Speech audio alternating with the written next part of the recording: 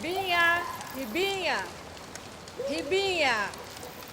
Eu não te falei que não era para entrar no quartinho que foi do seu bisavô? Volta para casa. Está na hora de dormir, Ribinha.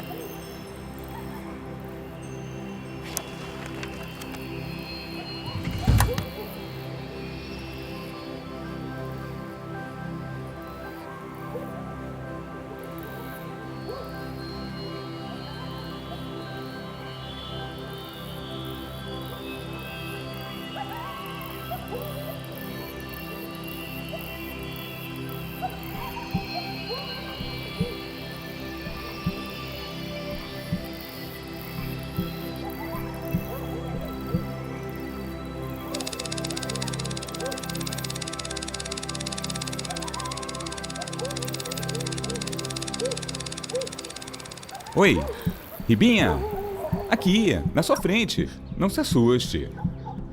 Estou aqui para te dizer uma coisa muito importante. Esse barquinho é o tesouro deixado para você pelo seu bisavô, que navegou por rios e mares e conheceu muitos povos e culturas diferentes. Os objetos, os saberes e os costumes deixados por uma pessoa ou um povo são uma forma de conhecermos melhor o passado. Por isso, é uma herança muito importante e que deve ser preservada. Já imaginou se você não pudesse conhecer a história do seu bisavô? Nesse baú, você encontrará um tesouro muito valioso, um patrimônio que seu bisavô deixou para você. Talvez você esteja se perguntando o que é patrimônio, não é mesmo? Então vou te contar. Para isso, gire mais uma vez a manivela.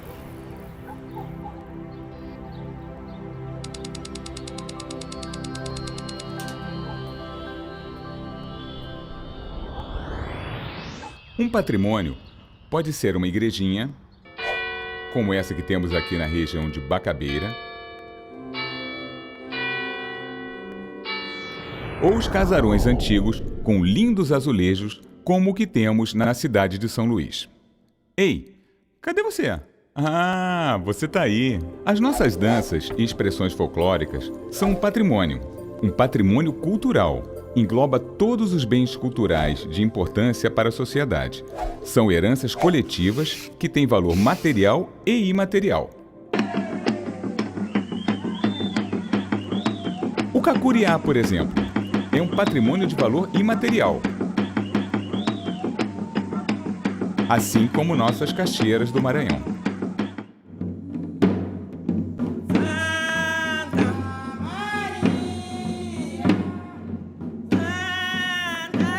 Ah, já sei. Você quer saber agora sobre o patrimônio material. Esses podem ser representados pelas casas e construções antigas de São Luís, as obras de arte e os muitos vestígios arqueológicos, que são preciosas heranças e poderão ser observadas por várias gerações. No Brasil, a instituição que cuida de todo esse patrimônio é o IPHAN, Instituto do Patrimônio Histórico e Artístico Nacional.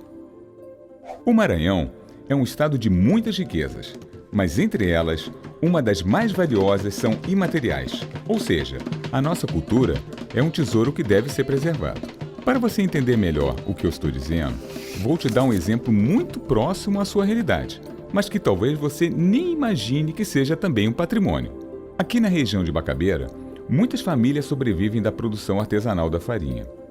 Esse é um saber que sobrevive há séculos É muito provável que você já tenha acompanhado de perto como ela é feita, mas não imaginasse que fosse assim tão antiga, né? Ribinha, essa técnica de preparação da farinha de mandioca era já utilizada pelos nossos antepassados indígenas.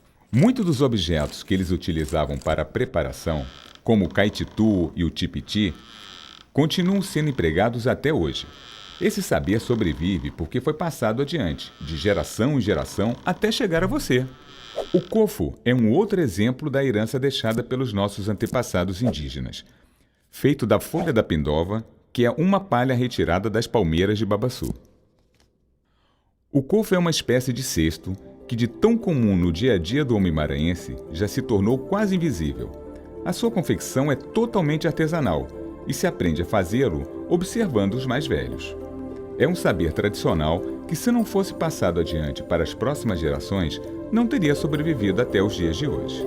Ou seja, ainda que muitos povos indígenas tenham desaparecido completamente, sem perceber, o maranhense conserva muito dos costumes e das tradições dos índios que habitaram o Maranhão há séculos atrás. Oi, onde está você?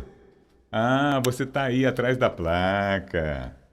Nos manguezais maranhenses, podemos encontrar vestígios imateriais como a captura de caranguejo, que representa uma atividade muito praticada até hoje pela população maranhense. Os mangues sempre foram uma importante fonte de alimentos para as populações tradicionais. O modo como se captura o caranguejo, ou seja, mergulhando o braço próximo ao pé da raiz das árvores, é uma técnica que sobrevive há milênios. Há cerca de 7.000 anos atrás, os homens pré-históricos que habitaram a nossa região capturavam o caranguejo dessa mesma maneira. Eles se alimentavam de peixes, crustáceos e outros frutos do mar e habitavam todo o litoral brasileiro. Esses povos deixaram um importante patrimônio arqueológico conhecido como sambaqui, que em tupi, língua indígena, significa monte de conchas. Os sambaquis são locais muito antigos onde os homens pré-históricos se reuniam em grupos para sua alimentação, principalmente de moluscos.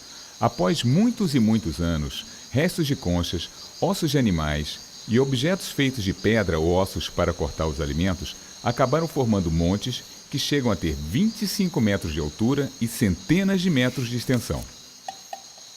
Machadinhos, pontas de lanças, potes e objetos de cerâmica também fazem parte do patrimônio arqueológico deixado pelas primeiras populações que chegaram aqui em Bacabeira há mais de 9.000 anos. É somente por meio desses vestígios arqueológicos que podemos conhecer esse nosso passado tão distante. Por isso, esses objetos são um verdadeiro tesouro.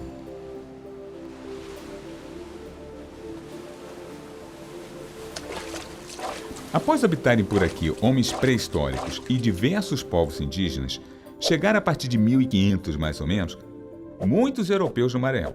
Aqui encontraram muitos índios, entre os mais numerosos, os índios tupinambás.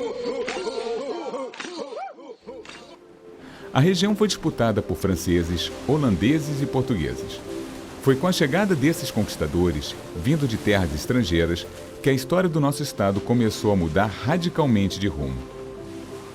Muitas tribos indígenas desapareceram completamente e novos hábitos culturais e atividades econômicas começaram a surgir, como o cultivo do algodão e do arroz.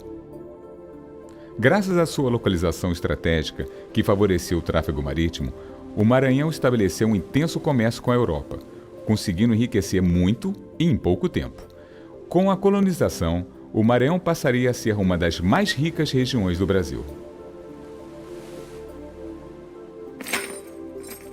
Nessa época, chegaram muitos africanos para trabalhar nas lavouras de algodão e arroz, trazidos pelos europeus em navios negreiros.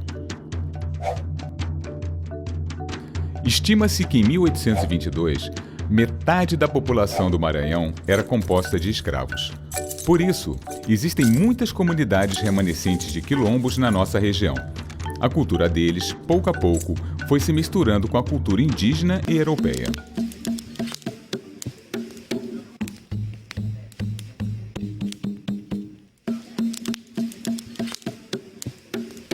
O tambor de crioula é uma das heranças mais tradicionais deixadas pelos negros que viviam na nossa região. Como você sabe, se trata de uma dança muito descontraída e improvisada ao som do tambor. Estes tambores são realizados em louvor a São Benedito e outros santos populares entre os negros. Olha, Ribinha, além do tambor de crioula, vou falar de outro folclore muito festejado. Olha o boi aí! O Bumba Meu Boi é um dos patrimônios culturais mais marcantes do nosso estado e é fruto da mistura entre a cultura dos diversos povos que aqui conviveram. Os europeus trouxeram o enredo da festa, os negros acrescentaram o ritmo e os tambores e os índios emprestaram suas danças. A tradição do Bumba Meu Boi surgiu no século XVIII e ocorre principalmente em festas juninas. Agora que você viu a festa, vou te contar a história do Bumba Meu Boi.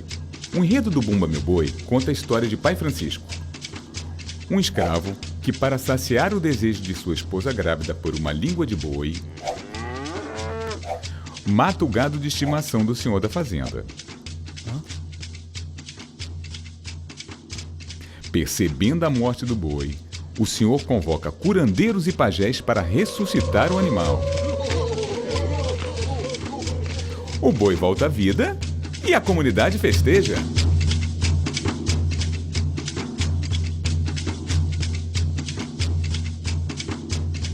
Como você pode ver, toda essa riqueza e beleza expressas por meio de nossas manifestações culturais são resultados dessa miscigenação entre índios, negros e europeus.